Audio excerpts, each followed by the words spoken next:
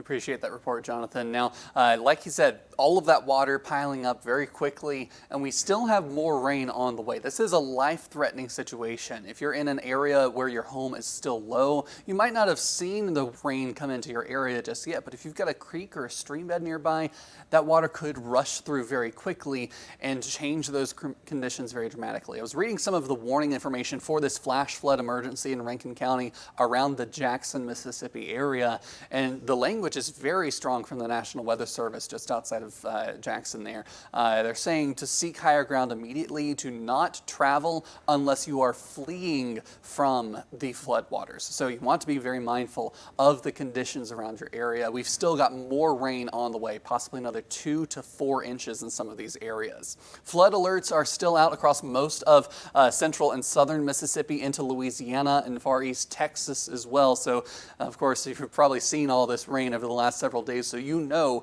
it's very saturated out there. Look at all the flood reports we've seen just from this area. These purple and magenta colors here, that's upwards of 9 inches of rain that has accumulated. So intense amount of rain in a very widespread area. That's the thing. It's not just in localized areas anymore. It's over such a wide, broad swath that is basically filling up the entire streams and tributaries there around this low country. Vicksburg, Mississippi set a record there of 3.04 inches of rainfall, breaking that old record by an inch.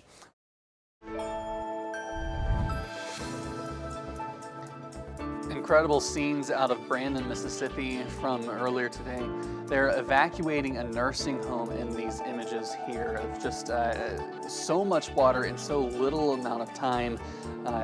Leads to very little lead time for some of these flash flooding concerns. Of course, this is something that is unfolding as we continue to keep our eyes on this area across Mississippi, the Deep South. We still have multiple areas with flash flood warnings. I'm going to turn those warnings on.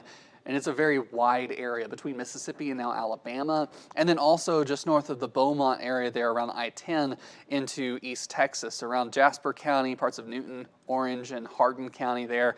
Of course, we can't read out all of these warnings and all of the information, so if you download the Weather Nation app, you can go on there, find your location, and it will give you all of those local alerts that are in effect, so you can get some more of those details. But take a look at some of these areas where we've seen the heavy rainfall over the last several hours. I'm going to put a 6-hour rainfall estimate from the Jackson radar site here. We've got these two areas, these blinking burgundy polygons are flash flood emergencies. Like in that video where we just saw that nursing home being evacuated. I think it was over 40 residents had to be rescued from that home. This is what we're talking about, a life-threatening situation where the water is just going to come in. Water is patient, but it's also very fast, and it can get into basically any room in your house. So you want to be seeking a higher ground or a higher level of the building that you're in whenever you're under a flash flood emergency. So parts of Hinds County and Rankin County, right there around the Jackson Metro, and then also into the forest area in Scott County, we have these flash flood emergencies ongoing. More flash flood warnings out across the Hattiesburg area. Of course, just a little while ago, we were looking at some video of a potential tornado that possibly touched down just north of that area. Switching over to the Mobile radar site, we can get a better estimate of the Hattiesburg area, of how much rainfall we've seen. Again, this is only in a 6-hour time frame, so 4 inches in that spot there, 3.5 to 4 in some of these other areas. Very heavy rain in a short amount of time. If we go back over the last 12 hours, it doesn't change very much, it looks like. So whenever we see so much rainfall in these areas, it's just so flat, it doesn't go anywhere, and in such a little time, you can't let it, or it just doesn't drain in these areas. So definitely a significant event going on here across Mississippi. Yeah, and Taban, this is just the last 6 hours. This would be already a lot of rain for anywhere really, especially whenever we've seen saturated soils. But I'm going to step back in time a few steps here. So this is the last 6 hours. Notice around Jackson, nearly 4 inches of rain. Around Meridian, about 1.5 inches. Let's go back 12 hours here. Then you get places in Scott County, upwards of 6 inches of rainfall in just 12 hours. So places in Jackson, around 4.5 to 6 inches there, Meridian 3 inches. Then we go back 24 hours. Then we start to get a little bit more of a wide view. See in those gray colors how much area is covered by upwards of 6 inches, 8 inches, 9 inches of rainfall. Then I'm going to zoom out a little bit more, and we're going to incorporate parts of northern Louisiana, because this has been a multi-state event. The last 2 days, we've seen some places with a foot of rain, and let's just go all the way back 7 days previous. Some spots upwards of a foot of rain has fallen in the last week.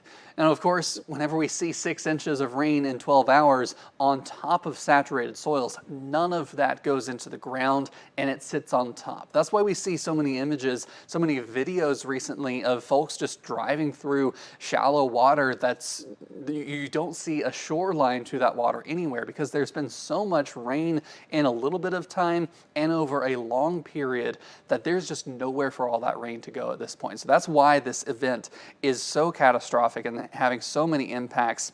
Clearing off some of those numbers, we do have numerous areas under flash flood warnings right now, even flash flood emergency still around the Hinds County and Rankin County area. That's around Jackson and Brandon, right there along I-20, I-55. So if you're in those areas, if you know any family in that area, make sure that they are staying safe with these intense flooding events.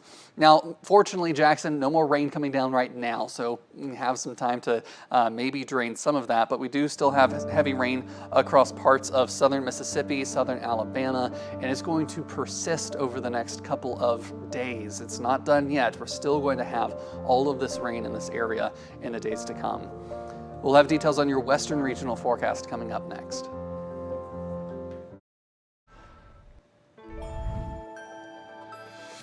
We're getting a new video now of just more video of flash flooding across parts of Forest, Mississippi. Earlier today, they were under a flash flood emergency, and they were even having to reroute traffic on I-20. Yeah, incredible to see. I mean, a lot of that traffic just at a complete standstill. People having to walk through these flooded waters, which also something you don't want to do if you can avoid. And as we look at some of these areas, I mean, people just sometimes don't have a choice to go through point A and point B. If you've already found yourself caught out in these areas and everywhere is just flooded, sometimes you really don't have a great choice out there. And we always say the turn around, don't drown phrase, but sometimes you get into sort of an island where you've just got water on all sides of you, and this is where it becomes really dangerous. That's why we call it a flash flood emergency, because there's almost no escaping it. You've just got to find higher ground if you can. Yeah, and some places have seen 6 to even over 10 inches of rainfall. That's what prompted some of those flash flood emergencies,